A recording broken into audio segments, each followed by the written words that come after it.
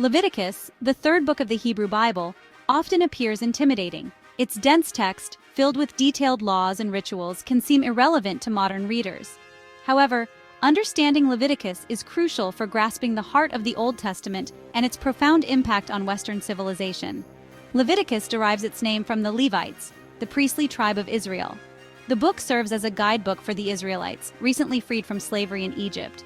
It details how to live a life pleasing to God, emphasizing rituals and laws designed to maintain holiness within the community. While challenging, Leviticus offers valuable insights into the ancient Israelite worldview. It illuminates their relationship with God, their understanding of sin and purity, and the importance of ritual observance. At its core, Leviticus revolves around three interconnected themes: law, ritual, and holiness. The book presents a comprehensive legal code covering various aspects of life, from food consumption and hygiene to social justice and religious observance. These laws, however, were not meant to be burdens. Instead, they served as guidelines for maintaining a state of holiness, a concept central to Leviticus. Holiness in this context signifies being set apart for God, reflecting His divine nature in everyday life. Rituals, meticulously described in Leviticus, played a vital role in achieving this holiness. They provided a tangible way for the Israelites to connect with God, atone for sins, and maintain a sacred relationship with Him. Leviticus can be broadly divided into three sections, each focusing on a specific aspect of holiness. This ancient text serves as a guide for the Israelites, detailing how they should live in accordance with God's will. The first section, chapters 1 to 16, deals with ritual purity, outlining what makes something clean or unclean. These guidelines were not just about physical cleanliness, but also spiritual and moral purity. These categories extended beyond physical hygiene to encompass food, animals, diseases, and even bodily functions. For instance, certain animals were deemed unclean and unfit for consumption, while others were considered clean and acceptable.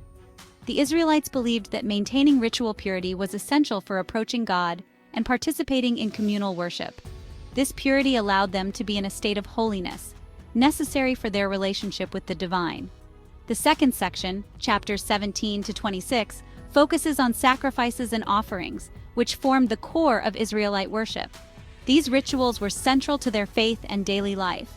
Different types of sacrifices, each with specific instructions and meanings, atoned for sins, expressed gratitude, and sought God's favor.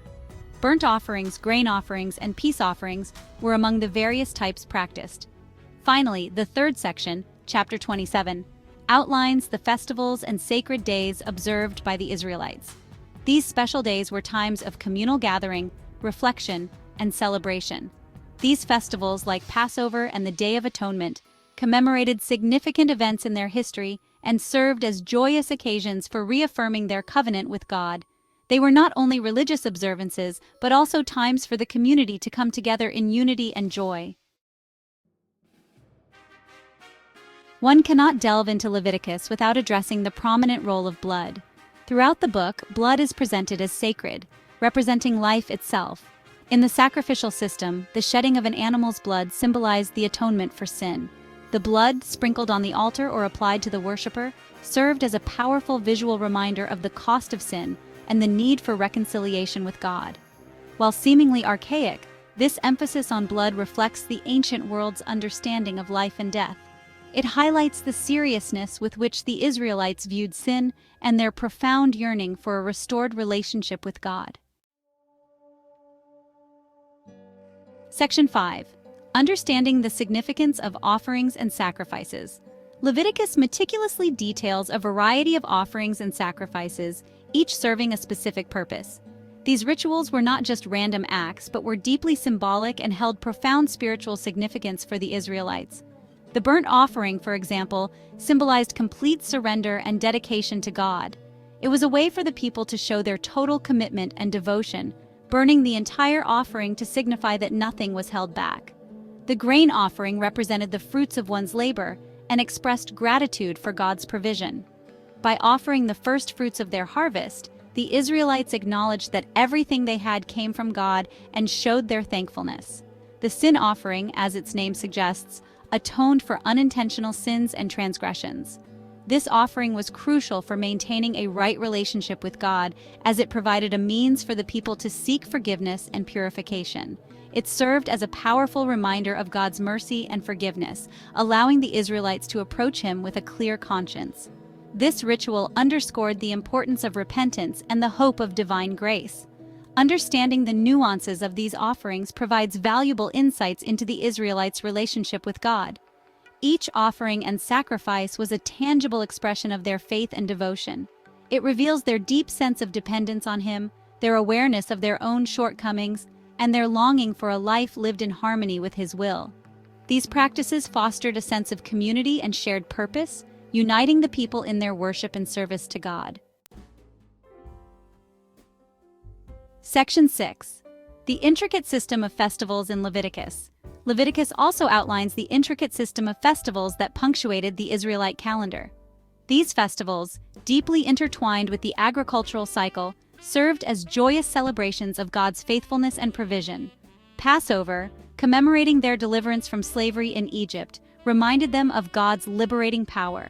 The Feast of Weeks, or Pentecost, celebrated the first fruits of the harvest, acknowledging God as the provider of all things. The Feast of Tabernacles, observed during the harvest season, involved living in temporary shelters, recalling their wilderness wanderings and dependence on God's guidance and protection. These festivals, woven into the fabric of their lives, served as tangible reminders of their covenant with God and their identity as His chosen people. To fully appreciate Leviticus, one must understand its place within the Torah, the first 5 books of the Hebrew Bible. Leviticus follows Exodus, which recounts the Israelites' liberation from Egypt and their covenant with God at Mount Sinai. While Exodus establishes the foundational covenant, Leviticus provides the practical guidelines for living it out. It details how this redeemed people, set apart for God, were to live as a holy nation, reflecting His character in the world. Leviticus, therefore, serves as the bridge between the Exodus event and the Israelites' entry into the Promised Land. It lays the foundation for a just and righteous society, where God's presence dwells among His people. While often viewed as a legalistic and outdated text, Leviticus takes on new meaning when viewed through the lens of the New Testament. Jesus in the Gospels is presented as the ultimate fulfillment of the sacrificial system. His death on the cross becomes the ultimate sacrifice, atoning for the sins of humanity once and for all.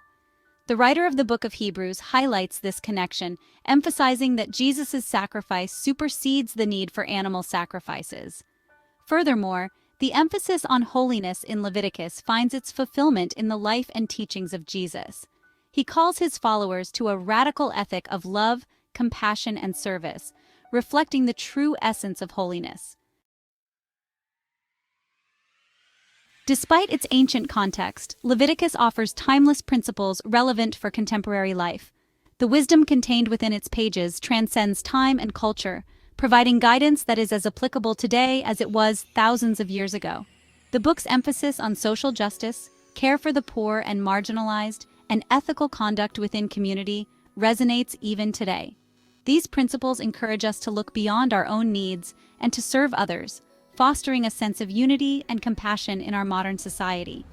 Its call to holiness, though expressed through ancient rituals, challenges us to examine our own lives and consider how we can reflect God's character in a world often shrouded in darkness. This call to holiness is not just about ritual purity, but about living a life of integrity, kindness, and love.